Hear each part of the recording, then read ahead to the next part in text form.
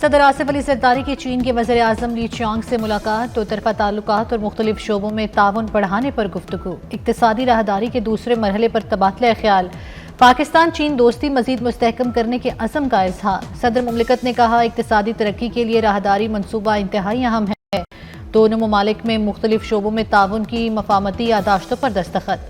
ترجمان دفتر خارجہ کا کہنا ہے کہ چینی شہریوں کی سیکیورٹی اولین ترجیح ہے، تعلقات کو نقصان پہنچانے کی ہر کوشش ناکام ہوگی۔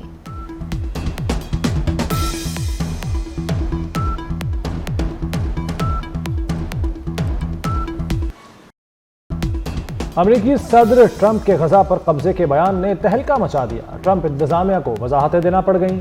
امریکی وزیر خارجہ مارکو روبیو کا کہنا ہے کہ ٹرمپ نے غزہ کی تعمیر نو کی ذمہ داری لینے کی پیشکش کی تھی، جس کے لیے فلسطینیوں کو علاقے سے کہیں اور جانا ہوگا۔ امریکی صدر کی پیشکش پر سوچنا چاہیے۔ ترجمان وائٹ ہاؤس کیرولائن لیوٹ نے کہا کہ ٹرمپ کا غزہ میں فوج بھیجنے کا ارادہ نہیں، امریکی صدر فلسطینیوں کی عارضی منتقلی چاہتے ہیں۔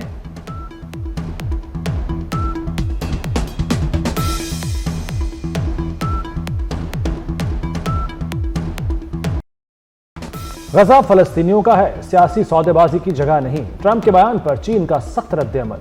اقوام متحدہ کے سیکریٹری جنرل انتونیو گوتریس نے کہا کہ غزہ کے مسئلے کا مستقل اور پرامن حل تلاش کیا جائے، بیانات دے کر حالات کو مزید خراب نہ کیا جائے۔ ایمنسٹی انٹرنیشنل نے غزہ پر ٹرمپ کے قبضے کے بیان کو اشتعال انگیز اور شرمناک قرار دے دیا۔ کینیڈا نے بھی امریکی صدر کے بیان کی مخالفت کر دی۔ کینیڈین وزیر خارجہ میلانی جولی نے کہا کہ غزہ سے متعلق کینیڈا کا دیرینہ موقف تبدیل نہیں ہوا ہے۔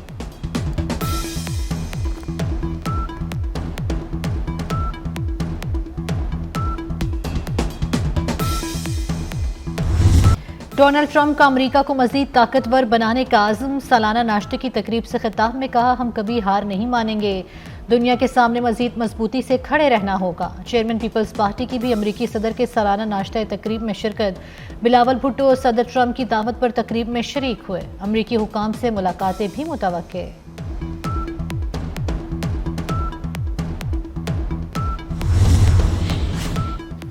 وزیر اعظم کی سربراہ جے یو آئی کی رہائش کا آمد، شہباز شریف کی مولانا فضل الرحمان سے ملاقات، ملک کی موجودہ سیاسی صورتحال پر تبادلہ خیال۔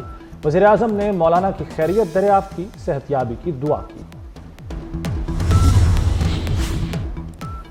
افغانستان میں چینی کی اسمگلنگ روک دی، رواں سال ہمسایوں کو $211 ملین کی چینی ایکسپورٹ کی، ایسا نہ کرتے تو یہ سارا پیسہ اسمگلرز کی جیب میں جاتا۔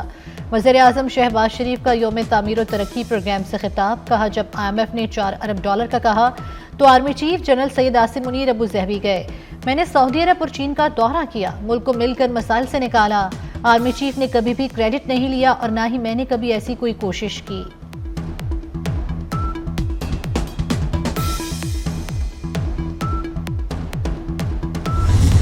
Now, over the last 12 to 14 months, we have made significant progress on the macroeconomic front.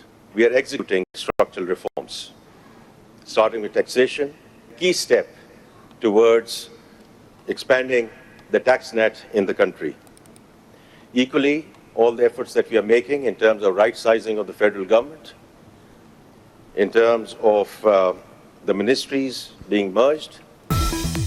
Pakistan نے معاشی میدان میں اہم کامیابیاں حاصل کیں، ٹیکس نیٹ بڑھانے کے لیے اقدامات کیے جا رہے ہیں۔ اسلام آباد میں وفاقی وزیر خزانہ محمد اورنگزیب کا رہت پاکستان کانفرنس سے خطاب، کہا پالیسی کے تحت بعض وزارتوں کو ضم کیا جا رہا ہے۔ محمد اورنگزیب نے کہا ماحولیاتی تبدیلیوں سے پاکستان بہت متاثر ہوا، گرین ٹیکنالوجی کے فروغ کی حوصلہ افزائی کر رہے ہیں۔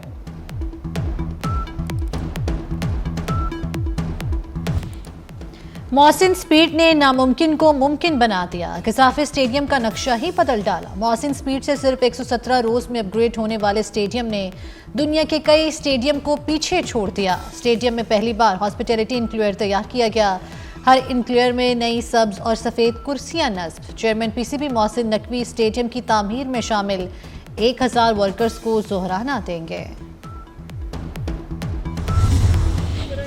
قذافی اسٹیڈیم چیمپئنز ٹرافی کی میزبانی کو تیار، قذافی اسٹیڈیم کی افتتاحی تقریب کل ہوگی، وزیر اعظم شہباز شریف افتتاح کریں گے۔ تقریب میں میوزک کا تڑکا لگے گا، آتش بازی اور لائٹ شو کا بھی مظاہرہ ہوگا۔ آئمہ بیگ، عارف ڈار اور علی ظفر پرفارم کریں گے۔